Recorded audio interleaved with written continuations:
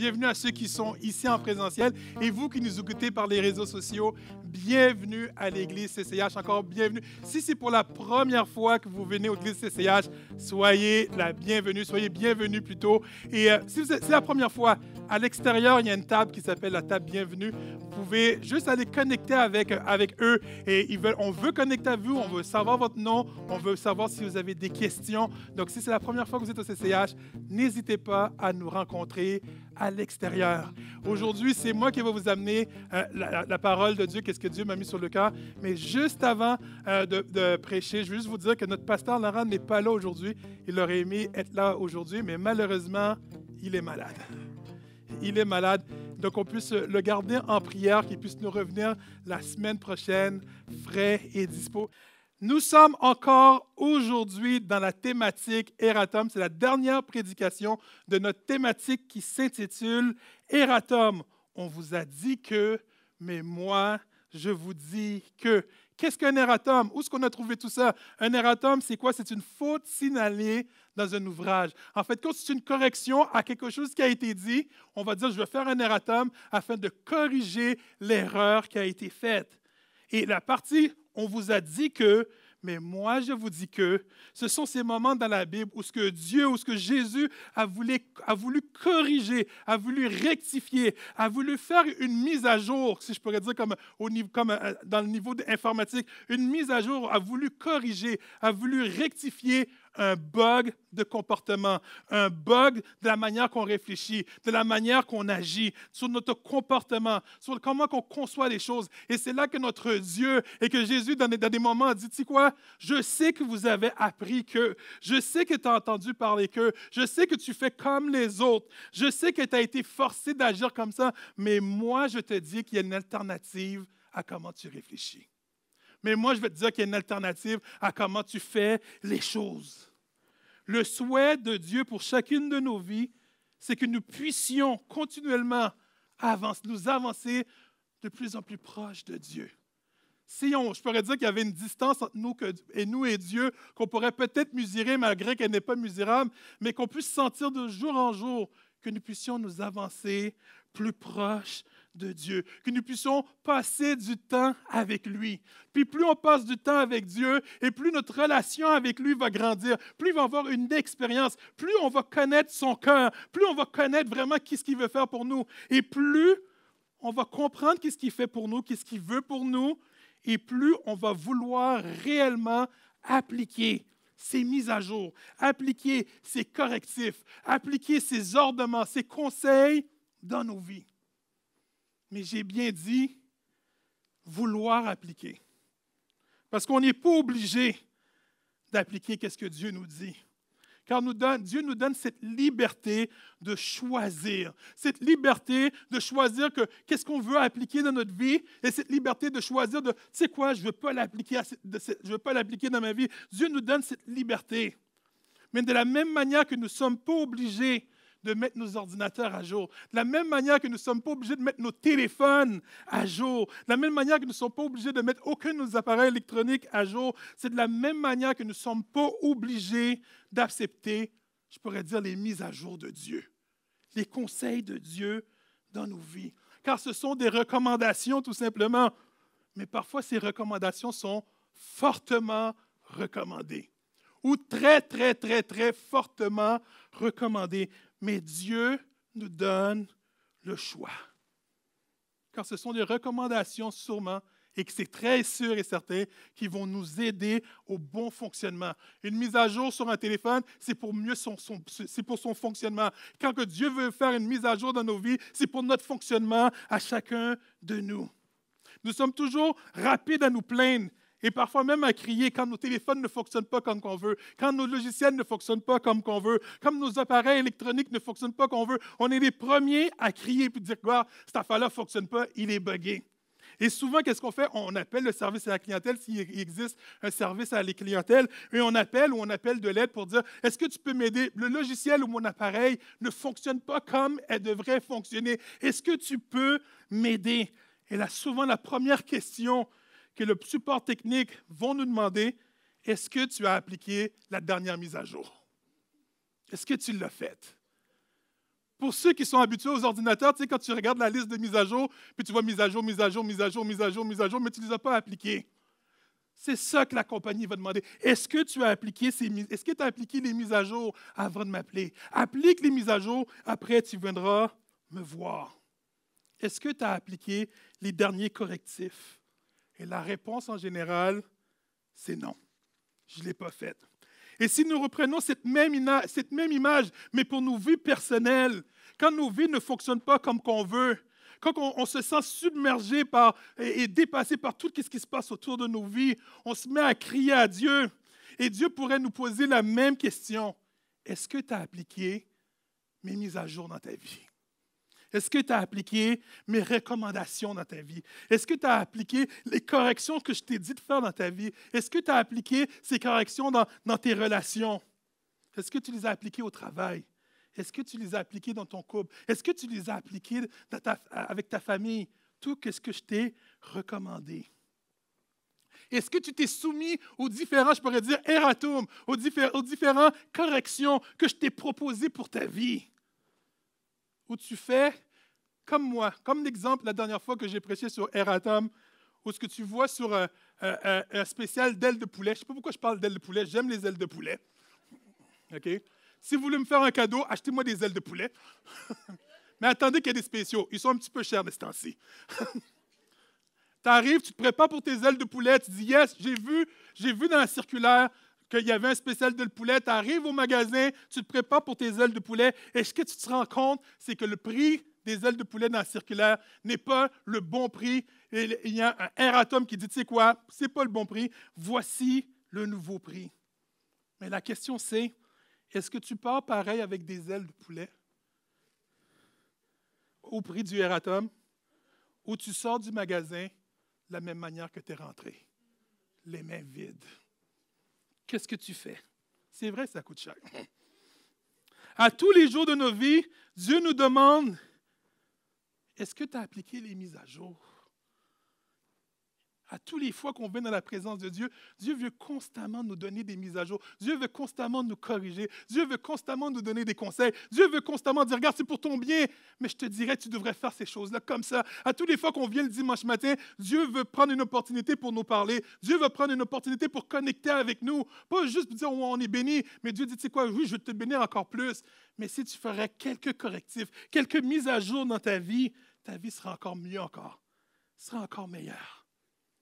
Nous avons tous le choix de vouloir s'updater, de vouloir appliquer les mises à jour de nos vies, de pouvoir appliquer les recommandations de Dieu ou de refuser et de penser que nous sommes corrects comme nous sommes.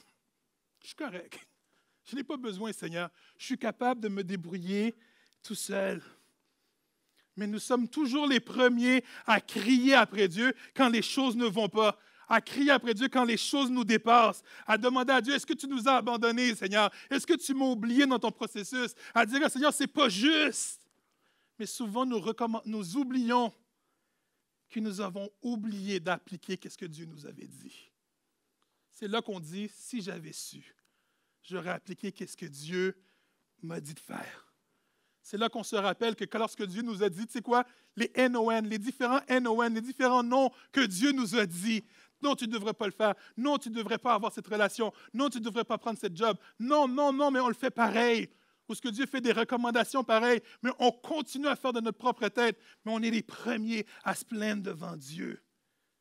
Dieu a le désir pour chacun de nous, de jour en jour, qu'on puisse devenir la meilleure version de nous-mêmes à chaque jour. La version 1.0, 2.0. C'est ça le but de Dieu. Dieu veut qu'on soit la version de jour en jour, qu'on soit une version, je pourrais dire en termes informatiques, moins buggée. Moins buggée. Ça me souvient quand j'arbitre des fois au basket, et il y a un jeune, je ne sais pas qu'est-ce qu'il fait, puis il fait une niaiserie, puis je dis au jeune, pourquoi tu as fait ça? Puis le jeune me dit, je ne sais pas, j'ai buggé. J'ai buggé. J'ai buggé. Mais qu'on puisse être de moins en moins buggés, de plus en plus bénis par Dieu parce que nous sommes là par obéissance, afin que nous puissions rentrer dans les projets et les plans que Dieu a pour chacun de nous. Souvent, on est là pour se plaindre. Oui, Seigneur, tu ne me donnes pas. Seigneur dit, j'aimerais te donner, mais je ne peux pas te donner si tu ne corriges pas telle chose. Je ne peux pas te donner. Je me souviens, je parlais avec quelqu'un qui disait, tu sais quoi, Elle dit, moi, dans mon poste d'infirmière, je suis aussi compétente que l'autre, mais je ne comprends pas pourquoi il ne m'utilise pas moins que l'autre. Puis à la fin, elle me dit, mais parce qu'elle, elle est plus fine que moi. Cherche à savoir. Peut-être Dieu te dit en dedans de toi, je veux tellement de projets pour toi, mais si tu ne changes pas ton caractère, si tu ne changes pas la manière que tu es, tu ne pourras pas arriver au projet que j'ai pour toi. Mais nous devons constamment nous laisser transformer par Dieu, constamment accepter qu'on a besoin de Dieu, accepter qu'on a besoin de mise à jour, accepter qu'on a besoin du meilleur logiciel pour nos vies, du meilleur qui vient du meilleur créateur qui peut exister, c'est Dieu. Dieu sait qu'est-ce que nous avons de besoin. Jérémie 29, 11 dit, « Oui, moi le Seigneur, je connais les projets que je forme pour vous. Je le déclare, ce ne sont pas des projets de malheur, mais des projets de bonheur. Je veux vous donner un avenir plein d'espérance. » Un Dieu qui a plein de projets pour nous. Mais comme d'habitude, est-ce que tu es prêt à le faire confiance? Est-ce que tu es prêt à abandonner? Qu'est-ce que tu dois abandonner? Est-ce que tu es prêt à suivre les recommandements de Dieu? Est-ce que tu es prêt à te laisser transformer à la manière de Dieu? À dire, Dieu, tu sais quoi, je te laisse entièrement le contrôle de ma vie et non la moitié de ma vie. Seigneur, tu sais quoi, j'aime ce que tu fais là, mais moi, je voudrais le faire de telle manière. Non, de dire, Seigneur, prends complètement contrôle de ma vie. Façonne-moi de la manière que tu veux que je façonne. Que nous puissions être prêts à abandonner qu'est-ce que nous devons abandonner. D'abandonner. Et que nous puissions dire, Seigneur, j'abandonne mes conceptions, j'abandonne mes idées pour prendre les tiennes, Seigneur. Je veux prendre les tiennes. Est-ce que lorsque nous sortons de nos temps de prière, de nos temps de louange, de l'état de méditation avec Dieu, est-ce que nous sortons avec les erratums que Dieu nous a donnés? C'est quand on sort des temps de prière, Dieu nous dit souvent des choses où, tu sais quoi, tu devrais demander pardon à quelqu'un. Tu devrais t'excuser. Tu devrais faire attention. Tu devrais changer de caractère. Est-ce que nous sortons avec les erratums de Dieu, avec les conseils que Dieu nous a confiés, où nous disons à Dieu, tu sais quoi, c'est bien beau, qu'est-ce que tu me dis, mais on le laisse entre ses mains. Tu sais quoi, je reviendrai une prochaine fois. Et on part de la présence de Dieu sans les correctifs qu'il a pour nous. Souvent, on est là, Seigneur, oui, je veux, Seigneur, je veux telle chose. Je veux, Seigneur, je veux telle chose. Mais la prière, ce n'est pas juste une conversation one-way où le Seigneur dit, oui, je sais que tu veux quelque chose, mais laisse-moi te parler. Mais souvent, qu'est-ce qu'on fait? Nous autres, on dit, oui, Seigneur, oui, bénis-nous. Amen. On ne laisse jamais Dieu nous répondre. Mais ce n'est pas une relation, ça. Une relation, c'est les deux bords. Je te parle, mais il faut que je sois prêt aussi à écouter ce que tu as à me dire. Tout au long de cette thématique, on s'est inspiré du passage que nous trouvons dans Matthieu 20, l'histoire des ouvriers de la dernière heure. Cette histoire qui représente, je pourrais dire, une facette de comment le royaume des cieux fonctionne, comment Dieu fonctionne. Et ceux qui n'ont pas eu le temps de lire ou ceux qui ne connaissent pas l'histoire, prenez le temps de lire Matthieu 20. Mais si je fais un petit résumé de ce passage-là, en fait, compte, c'est un propriétaire de vigne qui cherche des ouvriers, qui trouve les ouvriers, qui dit aux ouvriers, veux-tu venir travailler pour moi? Je vais te payer 1 pièce d'argent. Les gars disent, ouais, pourquoi pas? Yes, ils viennent travailler avec lui. L'histoire nous raconte qu'un petit peu plus tard, il revient encore chercher d'autres ouvriers. Il dit, je te paierai en conséquence de ce que tu auras fait. Même chose, les ouvriers viennent travailler, et ainsi de suite. Et l'histoire nous raconte qu'à 1 heure avant la fin du chiffre, le propriétaire sort et demande à d'autres serviteurs, à d'autres ouvriers de venir travailler dans son champ. Puis les gens viennent travailler. Et l'histoire dit, c'est le moment de payer. Et quand c'est le moment de payer, comment ils payent les gens? Ils payent ceux qui sont venus à la dernière heure, qu'ils ont juste fait 1 heure de travail, ils reçoivent 1 pièce d'argent. Et ceux qui étaient là depuis le matin se disent, yes, si les autres ont eu 1 pièce d'argent, nous autres, on devrait en avoir encore plus. Yes. Et quand c'est le temps de recevoir leur somme d'argent, leur salaire, ils reçoivent 1 pièce d'argent. Et Matthieu 20, je vais juste le lire le reste, Matthieu 20, versets 11 à 15, tout dit, les ouvriers, en la recevant, ils critiquent le propriétaire et disent, ces ouvriers sont arrivés en dernier. Ils ont travaillé pendant 1 heure seulement et tu les as payés comme nous. Pourtant, nous avons supporté la fatigue toute la journée et nous avons travaillé sous le soleil. Le propriétaire répond à l'un d'eux, mon ami, je ne suis pas injuste avec toi. tu étais bien d'accord avec moi pour recevoir 1 pièce d'argent pour la journée. Prends ton salaire et va-t'en. Je veux donner à cet ouvrier arrivé en dernier autant qu'à toi.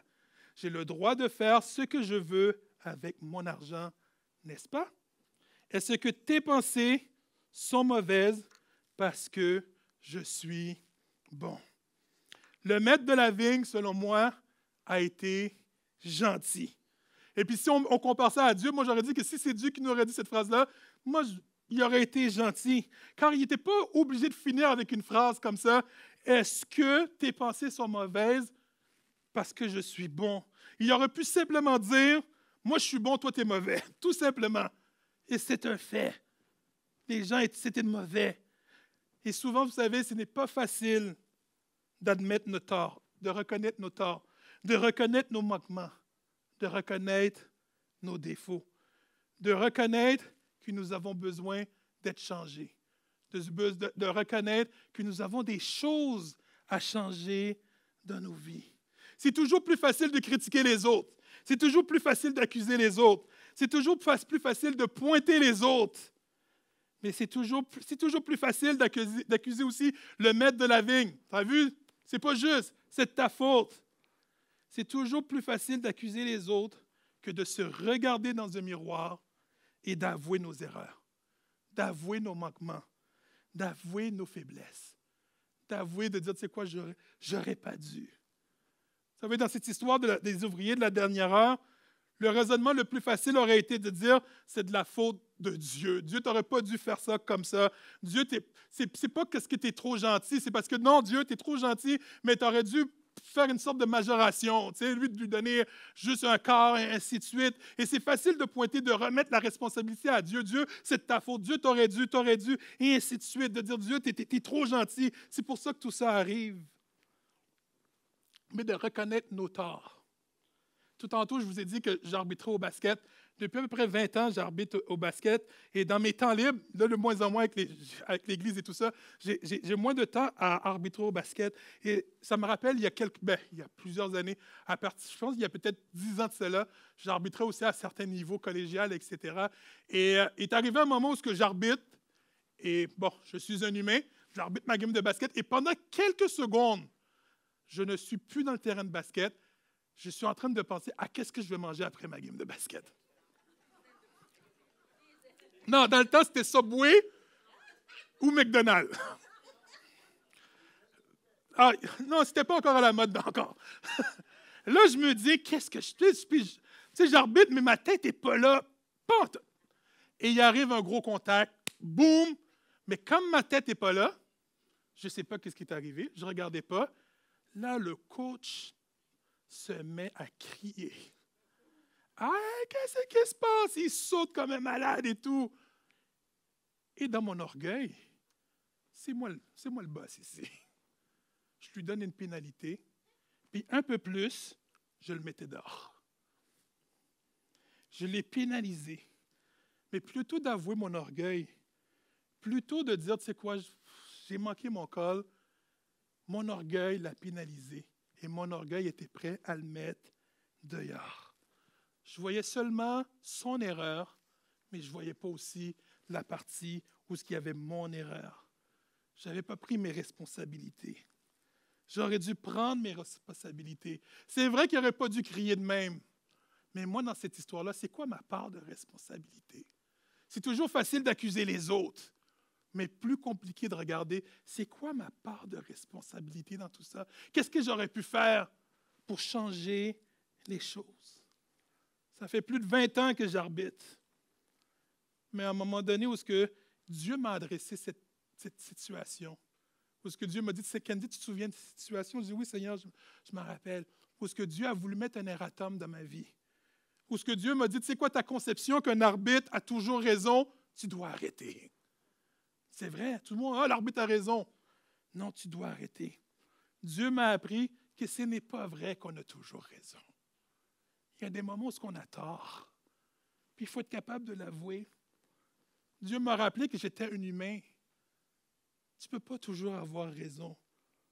Il m'a rappelé que j'étais aussi son enfant, que je devais être un modèle pour les gens autour de moi. Et j'ai appris à la dure. C'est pas facile, hein? J'ai appris à la dure à dire aux entraîneurs des fois, « Excuse-moi, coach, je l'ai manqué. Je l'ai manqué. » Il y a des coachs qui ne sont pas contents, mais j'ai eu beaucoup de coachs qui m'ont remercié de mon honnêteté. Beaucoup de coachs où on a pu avoir une relation. Beaucoup de coachs qui disent, tu sais quoi, je sais qu'Andy, tu l'as manqué, puis prochaine fois, je dis, oui, coach, je le sais, qu'est-ce que j'ai à faire. Je sais qu'est-ce que je dois faire. Mais il faut être capable de reconnaître ses torts. L'erratum de cette histoire, c'est que Dieu veut nous faire des correctifs, des mises à jour. Dieu veut nous amener à nous bénir premièrement. J'aurais pu continuer à être égoïste puis à faire on dirait, un power trip sur le terrain. C'est moi le boss. Mais Dieu a voulu me bénir. Dieu a voulu aussi relâcher cette conception que j'avais dans ma tête de vouloir être parfait ou de montrer que je suis parfait. Ou des fois, malheureusement, pour montrer que tu es en contrôle, tu dois comme raconter quelques mensonges au coach. Oui, c'est parce que telle chose, mais pour de vrai, c'est pas vrai pantoute. Mais juste pour paraître vrai. Mais Dieu m'a rappelé que tu es mon enfant. Je veux te bénir. Je veux t'enlever ce poids de bien paraître. Aussi, Dieu aussi veut m'appeler et dire, tu sais quoi, je veux que tu puisses bénir les autres aussi. En avouant tes torts, tu baisses la tension.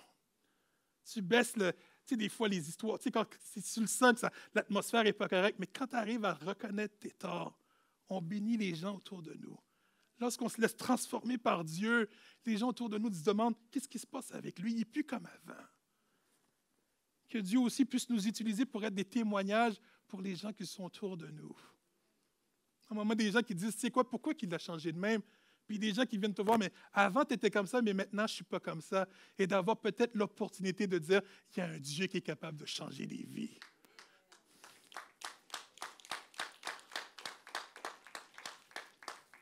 Puis de se rappeler que la perfection n'est pas de ce monde. Des fois, on se met ce fardeau-là, on doit être parfait. Le monde nous enseigne qu'on doit être parfait, puis il y a un Dieu qui dit, non, non, non, non, non, tu n'as pas à être parfait. Tu es un homme. Tu es une femme. Fais juste dépendre de moi. Et des fois, ce sont des fardeaux, des boulets de perfection qu'on laisse tomber. On dit, c'est vrai que je n'ai pas besoin de porter cette image de perfection comme je ne l'ai pas. Jean 1, versets 1 et 8 et 9 dit, « Si nous prétendons n'être coupables d'aucun péché, nous sommes dans l'illusion et la vérité n'habite pas en nous. Si nous reconnaissons nos péchés, Dieu est fidèle et juste, et par conséquent, il nous pardonnera de nos péchés et nous purifiera de tout le mal que nous avons commis. » Un Dieu qui est fidèle et juste pour nous pardonner. Vous savez, des fois, on parle de repentance. Oui, j'ai fait la prière de la repentance, comme si la repentance était juste une action d'une fois dans notre vie. Oui, je me suis repenti, puis Dieu m'a pris dans son royaume. Nice! Mais la repentance devrait être quelque chose de tous les jours. Parce qu'on devrait complètement arriver tous les jours devant Dieu. Seigneur, je m'excuse. Seigneur, je m'excuse. Seigneur, aide-moi de jour en jour à devenir la créature que tu veux. Seigneur, aide-moi de jour en jour à accepter les corrections que tu veux pour moi. Seigneur, de jour en jour, aide-moi à être l'homme ou la femme que tu veux que je sois. Que ce soit dans nos prières à tous les jours. Seigneur, pas juste, Seigneur, oui, pardonne-moi de mes péchés, mais d'être conscient qu'on n'est pas parfait. Que des fois, oui, on est blessé, mais nous autres aussi, on blesse les gens. De demander pardon au Seigneur pour nos erreurs et que lui nous dise la vérité, comment nous devrions agir, comment qu'on devrait faire. Depuis le début de l'humanité, l'homme et la femme ont toujours aimé les chemins les plus faciles. Qui n'aime pas les chemins les plus faciles? Tout le monde aime quand les choses sont faciles. Tu sais, comme quand tu demandes à Google, ce n'est pas la route la plus longue, je veux la route la plus facile à aller. On veut les choses faciles à faire. Mais depuis le début de l'humanité, le chemin le plus facile, c'est d'accuser les autres. C'est le chemin le plus facile. C'est de la faute à lui. C'est de la faute de l'ingénieur. C'est la faute de la ville. C'est la faute du camion. C'est la faute du moustique. C'est la faute à qui, finalement? Mais personne n'est prêt à prendre sa part du blâme. C'est comme dans cette histoire. Dans Genèse 3, versets 9 à 13, je vais vous mettre en contexte, Adam et Ève, ils avaient tout le jardin d'Éden à eux autres tout seuls, sauf un arbre. Mais tu prends tout. Et voici qu'est-ce que l'histoire nous raconte. Mais l'Éternel Dieu appela l'homme et lui dit, « Où es-tu? » Celui-ci répondit, « Je t'ai entendu dans le jardin et j'ai eu peur, car je suis nu. Alors je me suis caché. » Dieu dit, « Qui t'a appris que tu es nu? Aurais-tu mangé du fruit de l'arbre dont je t'avais défendu de manger? » Adam répondit, « C'est la femme que tu as placée auprès de moi qui m'a donné du fruit de cet arbre, et j'en ai mangé. » L'Éternel Dieu dit à la femme, je pense que Dieu voulait juste continuer la blague, l'Éternel Dieu à la femme, « Pourquoi as-tu fait cela? » La femme répond, « C'est le serpent qui m'a trompé. » Répondit la femme, « Et j'en ai mangé. » Depuis le début de l'humanité, le chemin le plus facile, c'est de pointer les autres. C'est de pointer les autres et de ne pas être capable de prendre sa responsabilité. Dans cette histoire, on aurait pu aussi blâmer Dieu. C'est vrai. Dieu, pourquoi tu as laissé l'arbre là? Pourquoi tu as laissé l'arbre? Tu aurais pu protéger l'arbre, tu aurais pu mettre des fils électriques à côté de l'arbre, comme ça, dès qu'on arrive à côté de l'arbre, ah, ok, j'ai compris. Mais pourquoi, Seigneur, tu ne l'as pas fait? Mais de mettre le blâme sur Dieu, c'est toujours facile de mettre la responsabilité sur les autres que d'avouer ses torts. Ça aurait été peut-être plus facile à Adam de dire, tu sais quoi? C'est vrai, j'aurais pas dû, moi. Puis Ève, tout seul aussi, j'aurais pas dû. Puis le serpent, il aurait pu dire, j'aurais pas dû. À la place de toujours mettre la responsabilité sur quelqu'un d'autre. Parce qu'à un moment donné, le cycle doit arrêter. Si je prends mes responsabilités, le cycle doit arrêter. Ou sinon, si je mets toujours la faute sur quelqu'un d'autre, c'est quand je vais reconnaître mes torts. C'est quand je vais le corriger. C'est quand je vais arrêter ce cycle. Je crois que oui, que Dieu aurait pu enlever l'arbre du milieu du jardin. Je le crois, mais il ne l'a pas fait. Parce qu'il veut et il continue constamment vouloir qu'on ait le choix pour chacune de nos vies. C'est ça notre Dieu. Il veut qu'on ait le choix de chacune de nos décisions. Il veut nous donner le choix, est-ce que tu me choisis moi ou tu choisis autre chose? Mais tu es libre. Dieu aurait pu s'imposer à nous pour dire, vous n'avez pas le choix de m'aimer. C'est moi le roi, aimez-moi, chérissez-moi, vous n'avez pas le choix. Mais Dieu ne l'a pas fait. Un Dieu qui désire être choisi. Un Dieu qui désire être aimé. Un Dieu qui dit, tu sais quoi, je te choisis dans mon équipe, Seigneur. Je veux que tu sois avec moi. Vous savez, un amour forcé n'amène rien du tout. Quand tu forces quelqu'un à t'aimer, il n'y a rien dedans. Mais un amour désiré, un amour voulu, transforme et change des vies. C'est pour ça que Dieu veut qu'on le désire. 1 Corinthiens 16, verset 14, nous dit que l'amour inspire toutes vos actions. Que l'amour inspire toutes vos actions. Toutes les actions de Dieu envers l'humanité ont été inspirées par l'amour de Dieu. Toutes. Il n'y a rien qui n'a pas été fait à cause de l'amour de Dieu envers nous.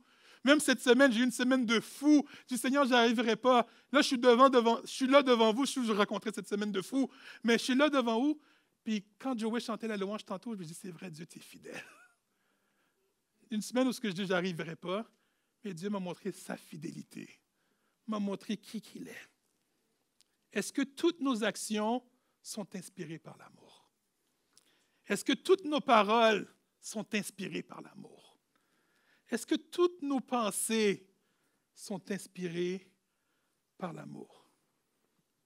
Vous savez, blâmer ou chercher des coupables n'est pas inspiré par l'amour du tout. Ça amène à rien du tout. Mais de chercher le bien-être des autres, ça, c'est inspiré par l'amour. Est-ce qu'on recherche constamment dans nos actions, dans nos interactions, notre amour pour les gens? Encore cette question. Est-ce que tes pensées sont mauvaises parce que je suis bon? Ce n'est pas une question finalement. C'est juste une constatation que Dieu est bon et on est mauvais. Une phrase cette question devrait nous constamment, si on se la rappelle, constamment de vouloir voir dans notre vie, est-ce qu'il y a de la méchanceté? Est-ce qu'il y a des traces de méchanceté, des traces de choses qui ne devraient pas être là? C'est ça que Dieu nous demande. Parce que toutes nos actions que nous faisons est influencée par notre cœur. Si notre cœur est bon, si notre cœur est pur, nous allons faire des bonnes actions. Nous allons faire des actions inspirées par amour. Mais si notre cœur comporte de la méchanceté, du côté égoïste, c'est clair et net que nos actions ne seront pas inspirées par l'amour. Est-ce que tes pensées sont bonnes? Est-ce que tes pensées sont mauvaises? Peu importe, on est mauvais. Cette affirmation qui devrait nous forcer à constamment nous regarder dans un miroir. À cette heure, on n'a plus de miroir. À cette heure, qu'est-ce qu'on fait pour nous regarder? On prend nos téléphones, puis on regarde la caméra. Mais cette phrase devrait constamment, est-ce que je suis bon ou parce que tes pensées sont mauvaises, avoir un miroir pour nous regarder constamment. Nous regarder constamment dans tous les domaines de nos vies, pour nous regarder, Seigneur, est-ce que je suis correct? Est-ce que je suis bon? Pour nous rappeler constamment qu'on n'est pas meilleur que les autres, qu'on n'est pas plus bon que les autres du tout. Un miroir pour nous montrer comment on agit, comment on répond. Que si on sort de ce miroir et on répond mal à notre femme, à nos enfants, que le miroir puisse dire « Hey, t'as vu comment t'as répondu? » Et qu'on puisse prendre action.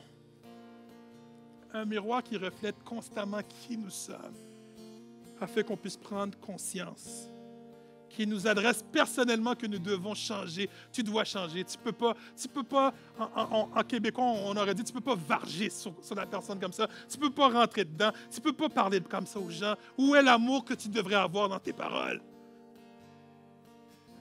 Ou peut-être d'avoir la sagesse que le miroir nous dit, il y a des moments où il faut que tu fermes ta bouche. Il y a des moments, là, ce n'est pas tout le temps qu'on a besoin de parler. Il y a des moments où on dit, Seigneur, il vaut mieux que je ferme ma bouche. Parce que qu'est-ce qui va sortir de ma bouche? Ce n'est pas inspiré de toi. Que nous puissions demander à Dieu, sois mon miroir.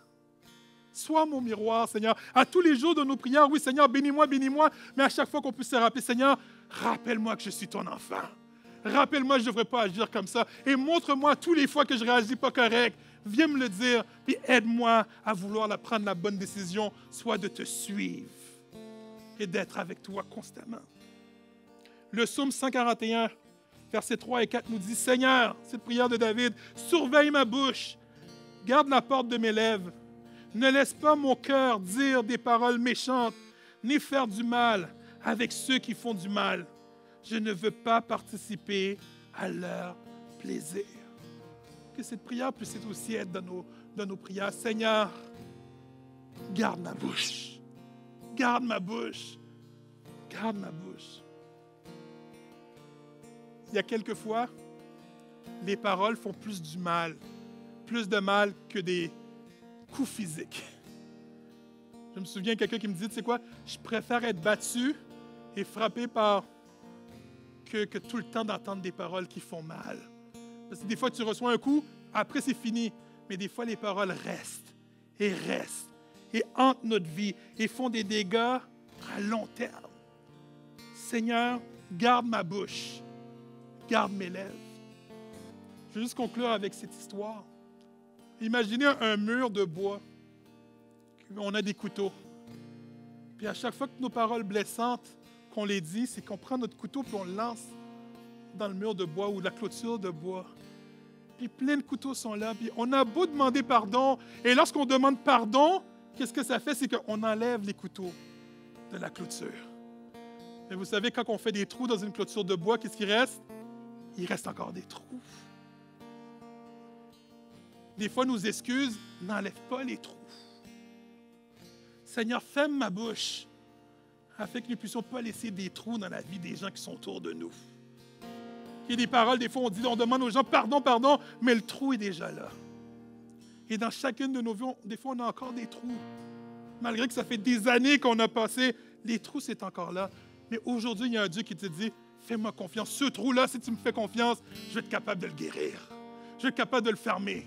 Mais à tous les fois que tu vas penser à ce trou-là, tu vas penser à ma grâce, à comment je suis capable de cicatriser ce trou. Et la puissance que ce trou avait sur ta vie n'aura aucune puissance parce que moi, j'ai décidé qu'il n'y aura plus de puissance. Et tu vas penser à tous les fois à moi. Et moi, je ferai le ménage de tous les trous que tu as dans ta vie. De la même manière que nous sommes blessés par certains gens, de la même manière que de nos prières qu'on puisse prier, Seigneur, que je ne puisse pas blesser les gens.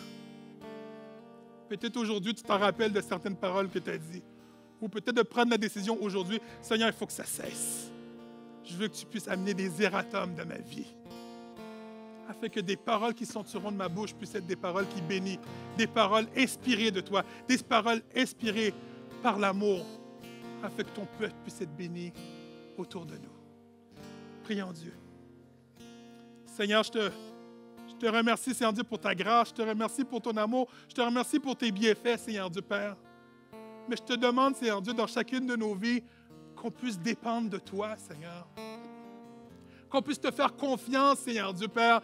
Que lorsque tu viens devant nous avec ces erratums, avec ces corrections, avec ces correctifs que nous devons appliquer dans nos vies, que nous ne puissions pas le voir d'une manière mauvaise, mais que nous puissions voir que tu veux notre bien.